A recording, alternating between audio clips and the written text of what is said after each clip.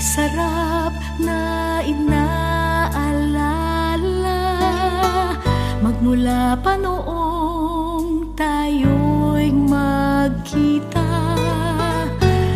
Ang iyong ngiti pati ang tawa, ang ningning ng iyong mga mata.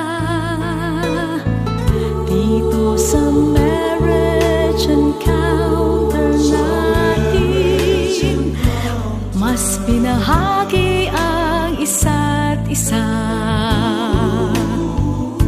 Natuklasan ang mga saloobin